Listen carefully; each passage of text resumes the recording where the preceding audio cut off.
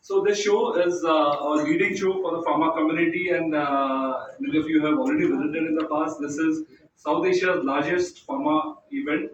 This is all about all the APIs, intermediates, and everything which goes in the making of medicines. It is also of pharma machinery, pharma packaging, pharma technologies. So everything and anything which is related to pharma is a part of this exhibition.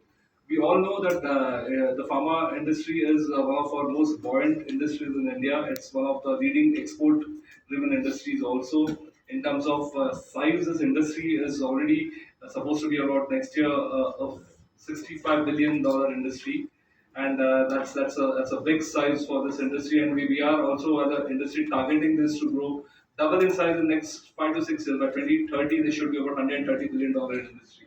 So everything and most of our Indian companies are exporters. They export to various markets in the world across from US, Europe to a lot of leading also developing countries also. So that's where the pharma industry is going, and that's a trend. Talking about our show this year, as it's our largest CPG and PMAC India edition ever. We are putting in the largest show Inform Markets in India is putting in India, spread over 100,000 square meters of area.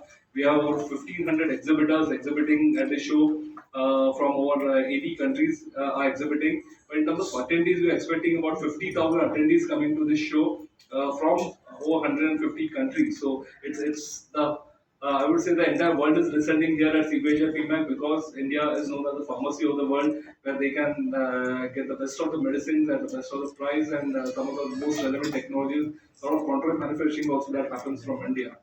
Beyond that, I think as a part of CPHI PMAC, we also have our India Pharma Week. So we in fact celebrate this entire week for the pharma industry every year. We have multiple events as a part of this entire pharma week. We started with the pharma leaders golf on Sunday at the JP Golf Course here in Greater Noida, where some of the leading CEOs of our country, pharma CEOs, network in a very informal setting. Yesterday was day zero conference that we do called the Pre-Connect Congress, which happened over nearly 200 delegates who attended this pre-event congress. The topics of discussion which was attended by this congress were basically how do we take this pharma industry ahead, and how do we make it a $130 billion industry in this near future. So a lot of international and domestic speakers who came in and spoke about these various challenges for the pharma industry, innovations which were presented. Today at the show, lots again happening. Of course, the inauguration was well attended by all our leading partners. We had Pharmexil, our leading partner for the show. We had FOPE, we had BDMA, we have also some of the other leading associations who came in and partnered with us for this show. I would say KDPMA and also OPPI, the leading pharma association of the MNC farmers in India. They are also part of this inauguration. At the show, we are having another multiple attractions. Of course, in the afternoon, we have the very important closed door CEO roundtable. About 25 CEOs of our top CEOs of our country are going to be sitting in this very room talking about the challenges for the pharma industry, innovations that are happening in the pharma industry. And what we are going to do is also create a white paper out of that and submit it to various stakeholders. Beyond this CEO roundtable, we also today have pharma talks which are happening in this exhibition itself, which are talking of various topics of pharma. Some leading speakers speaking here at the exhibition. We also have the pharma awards that will happen today evening, which is in its 10th edition already, and we'll be accumulating all the fantastic performers of this industry. Some individuals, some corporates who have done some really resounding job, and there was a jury bid which conducted through an independent jury process where EY are our process partners. Tomorrow we have the Women in Pharma event, which will throw light on the women leaders of this pharma industry, how they are focusing, how they are developing, what are their challenges, what are their outcomes and growth areas. So that's something which is we are looking forward to.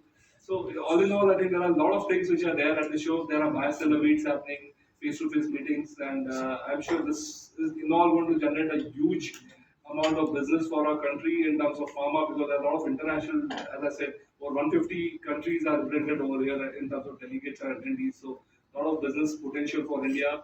Our vision of government, which is Make in India, is actually absolutely in the limelight out here. So lots happening at the show. What I'll do is I'll pass on the mic to each of the speakers. They will throw light on from their perspective, how they are related to the show, and their views on the pharma industry, and then we will open the floor for questions. So, Chris, over to you first. Good morning, everybody. Nice to see some familiar faces here at this press conference. This is the 16th edition of CPHA PMEC India. And over the many years, of course, this event has served as a showcase for the ever-growing, ever-expanding, ever-developing Indian pharmaceutical industry. But I think in recent years, this exhibition has now taken on a more important role, because in recent years we've seen a lot of disruption in the supply chain, partly caused from the COVID, of course. I mean, China was for a long time a very important supplier to the world's pharmaceutical industry, but when the country was closed down due to COVID, a lot of the manufacturers, they had a problem in sourcing and meeting with the suppliers. That's when people start to think about alternative suppliers. I mean, India's always been a very strong supplier to the industry, but now we have the geopolitical problems in Europe, the Middle East, and this is causing further disruption, I think, to the global pharmaceutical supply chain. So I think there's more emphasis on looking for alternative strategies. What happens if we can't source from this country? Where can we source from? So I think this year's CPHA in particular is going to have a lot of interest from pharmaceutical manufacturers around the world who are looking for alternatives for the supply chain and the manufacture of their pharmaceuticals. So I think